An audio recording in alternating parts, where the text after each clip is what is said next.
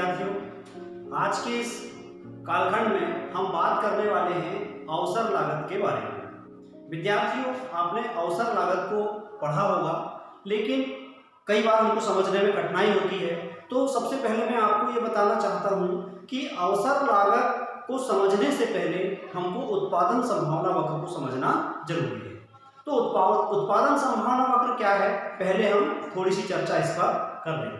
विद्यार्थियों, हमको मालूम है कि अर्थव्यवस्था चाहे कोई भी हो, सभी अर्थव्यवस्था में साधनों की सीमितता अर्थव्यवस्था की केंद्रीय समस्या होती है। हमारे पास साधन सीमित होते हैं और इन सीमित साधनों से हमको अपनी असीमित आवश्यकताओं को पूरा करना होता है।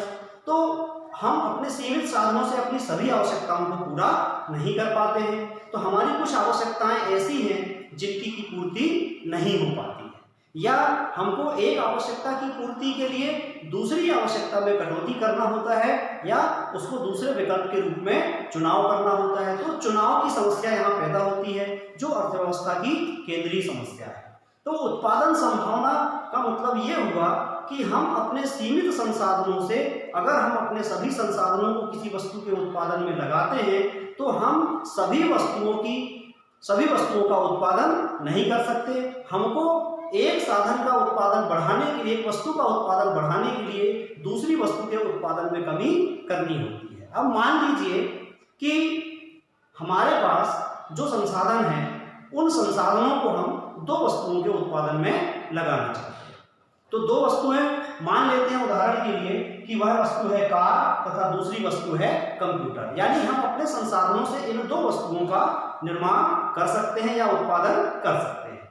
तो अगर हम अपने सभी संसाधनों को केवल कंप्यूटरों के उत्पादन में लगाते हैं, तो चूंकि हमने अपने सारे संसाधनों को कंप्यूटर के उत्पादन में लगा दिया है, तो हम कार की कुछ भी मात्रा का उत्पादन नहीं कर पाएंगे, यानी कार का जो उत्पादन होगा वह शून्य होगा। विद्यार्थियों, यहाँ थोड़ा समझ लें कि ये जो वस्तुएं हैं, कार, यहाँ पर जो संख्याएं दिखाई गई हैं, ये कारों की संख्या को 1000 में दिखाया गया है तथा कंप्यूटरों की संख्या को लाख में दिखाया गया है।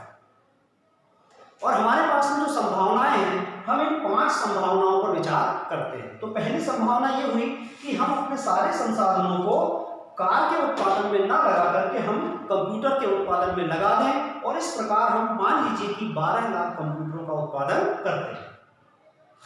12 लाख कंप्यूटरों का उत्पादन जब हम करेंगे, तो हम एक भी कार का उत्पादन नहीं कर पाएंगे।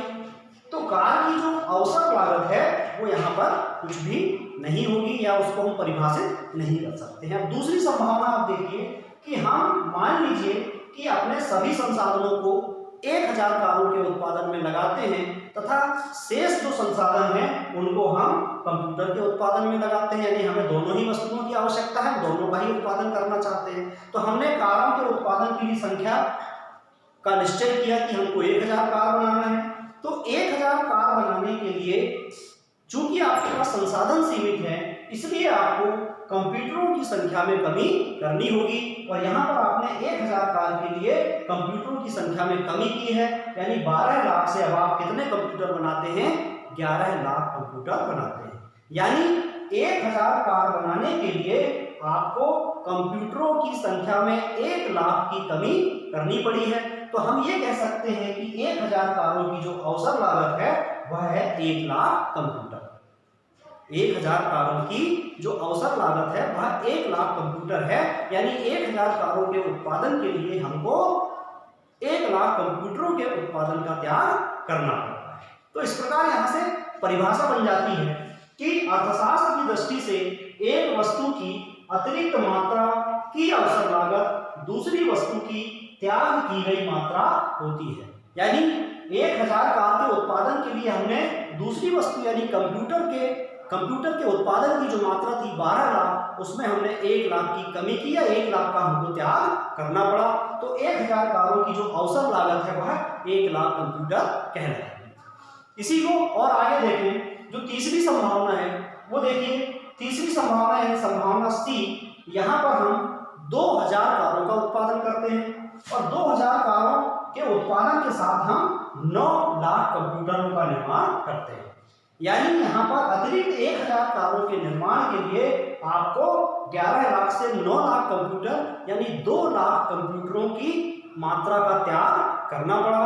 तो अतिरिक्त 1000 कारों के लिए यहाँ पर जो अवसर लागत होगी वह होगी 2 लाख कंप्यूटर, यानी कारों की अवसर लागत को हम कंप्यूटर के रूप में दिखा रहे हैं। तो 1000 कार के लिए आपको यहाँ पर 2 लाख कंप्यूटरों की मात्रा का त्याग करना पड़ा। तीसरी संभावना हो सकती है, चौथी संभावना जो डी है, इसमें आप देखिए कि हम 3000 कारों का उत्पादन करते हैं। अब 3000 कारों का उत्पादन करने के लिए हमको कंप्यूटरों की मात्रा में और कमी करनी पड़ेगी, और इस प्रकार आप देखें कि यहाँ पर कितने कंप्यूटर बनाए जा सकते हैं, अब 6 लाख कंप्यूटर, यानी अतिरिक्त 1000 कारों के लिए हमको यहाँ 9 लाख से 6 लाख यानी 3 लाख कंप्यूटरों की संख्या का त्याग करना पड़ा।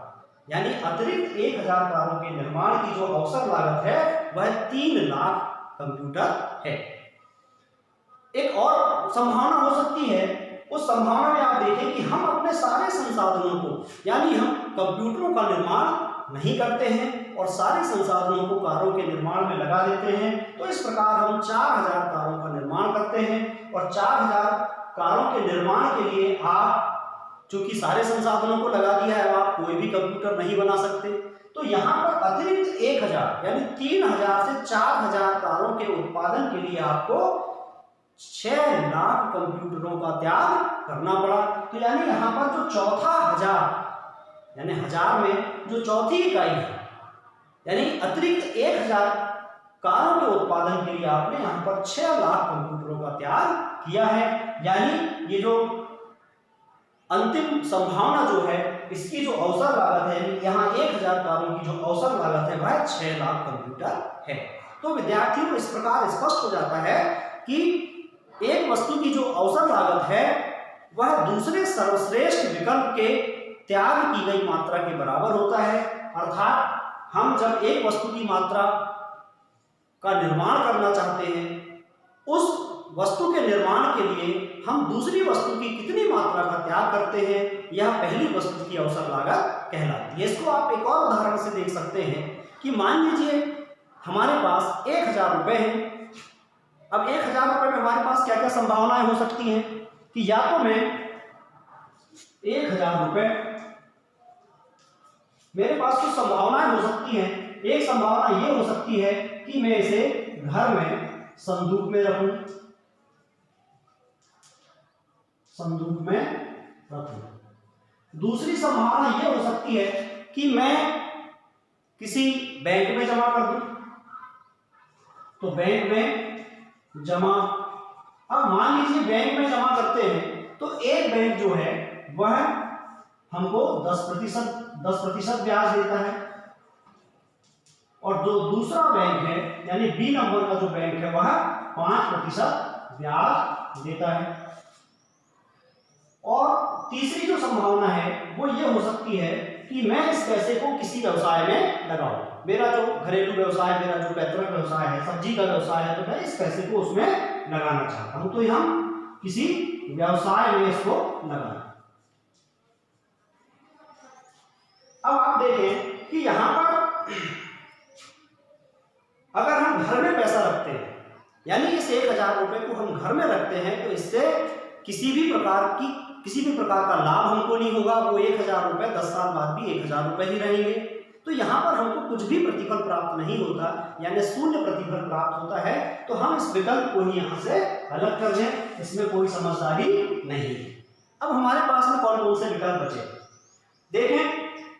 बैंक में जमा, जिसमें 2 बैंक है, बैंक ए 10% ब्याज देता है, बैंक बी 5% ब्याज देता है। तो स्वाभाविक है कि इस 1000 रुपए को मैं ऐसी जगह लगाऊंगा जहां अपेक्षाकृत अधिक ब्याज मिलता हो, तो मैं इस विकल्प का चुनाव कर सकता हूं। और एक और संभावना जो है कि व्यवसाय में लगाना।